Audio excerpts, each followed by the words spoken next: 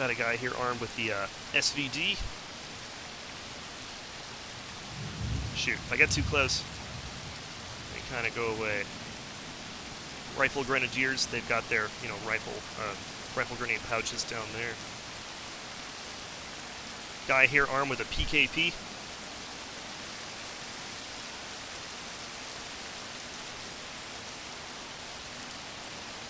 And we got an RTO with, that's a crazy looking texture there. Should be an easy fix. So then we got an RTO Russian here.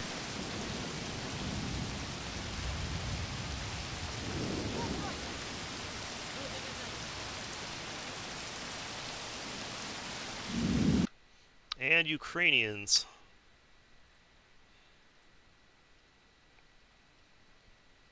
Wait, those aren't Ukrainians, those are US.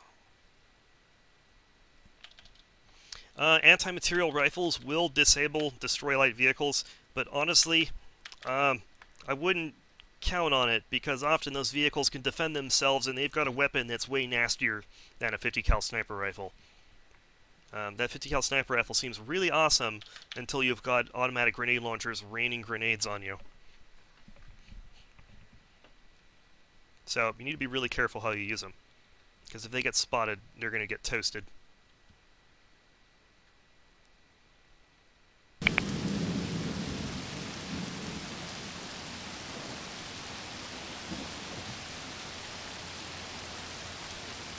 They're in the, let's get them out of the field where they're easily visible.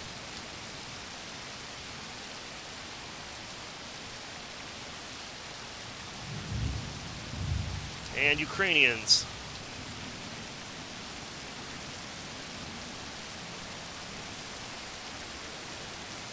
So Ukrainians are a little bit of a mixed bag when it comes to the LMGs. Half the guys have RPK-74s and half of them have PKMs with bipods for the squad automatic weapons.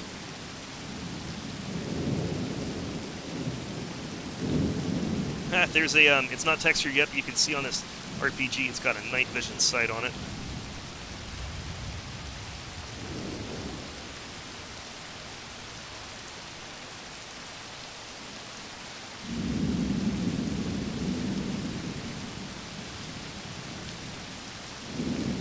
So, yep, soldiers, that's soldiers.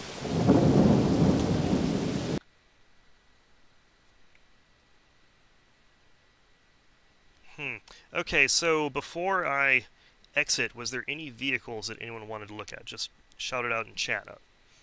I'll show them before we end the stream.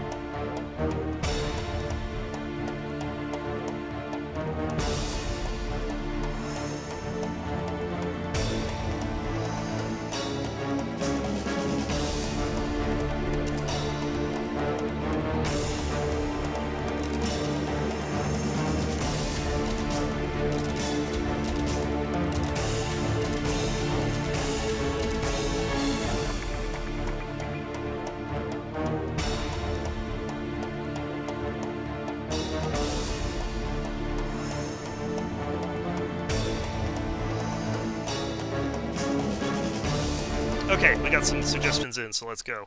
Alright, we'll just open up a random, just a fresh new map for this.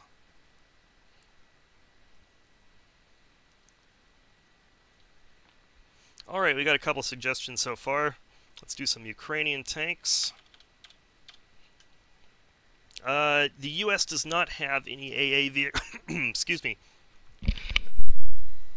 US does not have any AA vehicles in the game for base release. They're not really big on those. They do have lots of Stingers, though. Lots of Manpads teams, so we'll show those. Oh, let's see, APCs. Well, you know, I'll just pull out the artist company and we'll do it that way.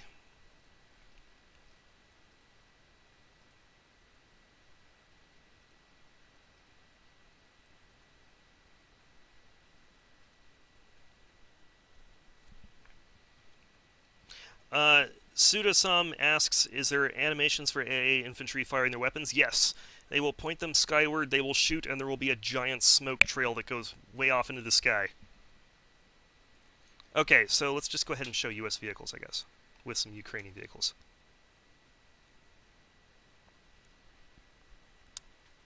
'99 asks, are there any older vehicles like T-64s? Yep, we'll show one in just a sec. We don't have all of the old vehicles because Russia and Ukraine have a ton of old vehicles in war stockpiles, you know, in reserve and stuff. Could not possibly hope to show all of them. They're great candidates, though, for, you know, like, for packs and modules and stuff. But we do have some older stuff. So these aren't textured, so they're going to look crazy. Don't worry about that. What we got here is probably the least effective vehicle in the game, the oldest one, the Ukrainian T-64 BV. So that's this guy right here. Here's the modernized version of it, turned into a T-64 BM Bulat, also in textured. Really cool looking vehicle though, very fun to use. And then we've got the Oplot, and this thing's really cool.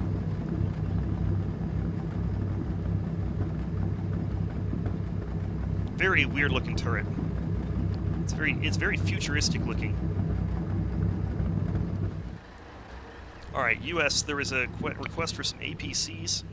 So APCs consist of, let's see, where is it? The only new APC we have for the Americans is the M1200 Armored Knight, which is basically an FO vehicle used by Colt teams and recon units and cavalry units. It's got some, you know, fancy optics like the, I think it's called the LRAS 3 or some variant thereof, and of course it's got a 50 cal for self-defense. This thing is a modified M1117 Guardian, I want to say. So it's basically a modification of an old APC.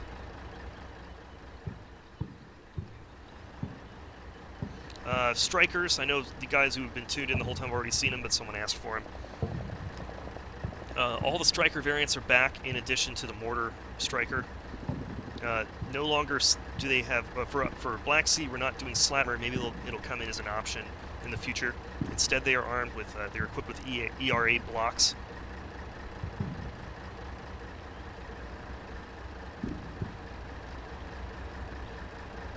Oh, and fun fact, this guy can actually salvo launch the TOWs. This is the anti-tank guided missile variant. This guy can actually salvo launch the TOWs to ensure that he kills whatever he shoots at. Pretty cool.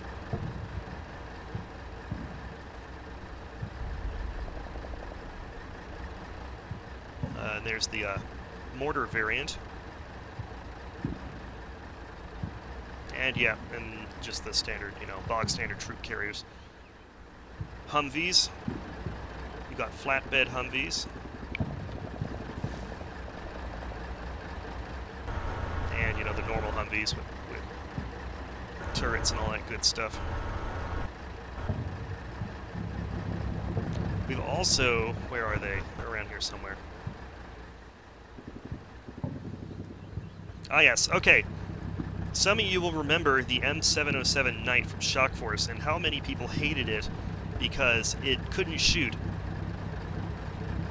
So this time around, we still have it, but now, in addition to the LRAS 3, it's also equipped, it can be equipped with a Mark 19 or a 50 cal, so it can defend itself. It's actually a really cool little vehicle now. Someone asks, are MRAPs in the game? No, MRAPs are not in the game. This sort of conflict is not an MRAPs conflict. Those things have a really heavy logistical footprint. That armor is not going to be any good against a real, like, you know, real military. It's just going to blow right through them. Those things are mostly meant for defending themselves against IEDs and mines and stuff. That's not going to be as much of a factor here. Here it's going to be mostly about not getting, you know, run over in a tank assault and a Humvee is much more preferable to that. I'm pretty sure the military right now is busy divesting themselves of their MRAP stockpile, because those things don't really work for a war setting, and they're really expensive to maintain and hard to move. Yeah, so you guys have already seen this, I think, but it's the Bradley with some ERA on it.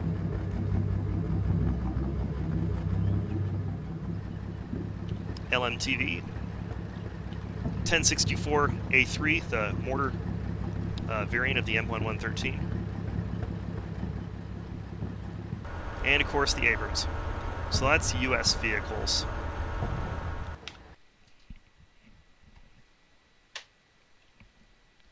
Von Luck, which vehicles are missing at TC? Not sure which ones you're referring to.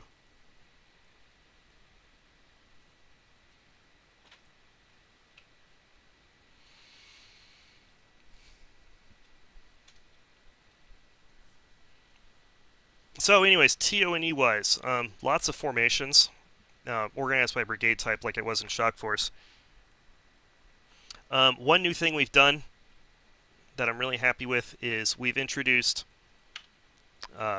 basically like pre-made task forces for you. You can pick them and they've got like a mix of units. The FO Humvee things.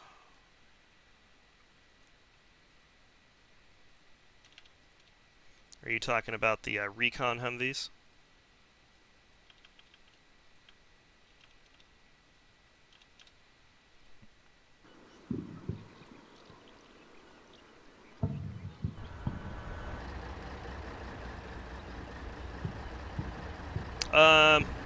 They actually do. They have a crew. Well, this is just the this is just an artist company vehicle, and it's just got like a quick crew stuck in it. It's not actually like one of the crews that's used in the game.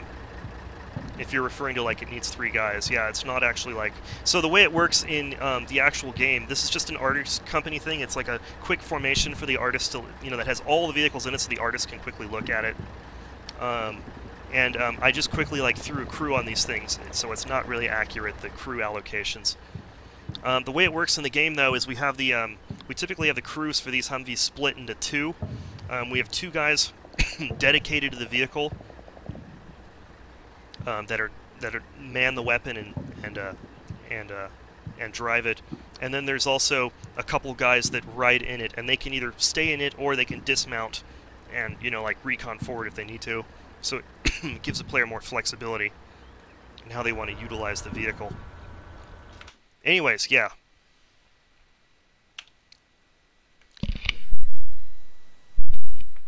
So anyways, task forces, yeah, they're really cool.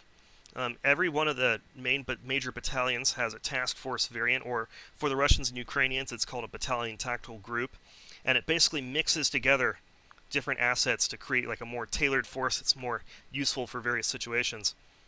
So, for example, a normal U.S. battalion, combined arms battalion, has the 2 rifle companies with Bradleys and the 2 tank companies with Abrams, and a headquarters company, and that's pretty much it.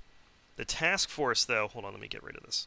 The task force, though, actually mixes together those units. So, for example, the rifle companies actually have 2 rifle platoons and 1 armored platoon, and they're all answering to the same company commander. And then you've also got the armor-heavy companies with 2 armored platoons and 1 rifle platoon answering to their, company commander. And it also has already set up, like underneath the battalion structure, artillery battery. And for not for these guys because they only use paladins, but for other battalions you can choose what sort of artillery. It adds an engineer platoon. It adds a man-pads platoon. So yeah, it basically like takes standard assets that you'd want to allocate to the battalion. It throws them all in there, and you could do that yourself by attaching specialist teams and individual vehicles to the unit, like through this menu. But this is faster. It's already pre-made, and it obeys like the structure of the command. So it like information sharing wise, it works out better. So, for example, the Russian battalion tactical group from BMPs would have a whole bunch of assets attached to it. The rifle companies actually have a tank platoon attached to them. and then you've got like an engineer platoon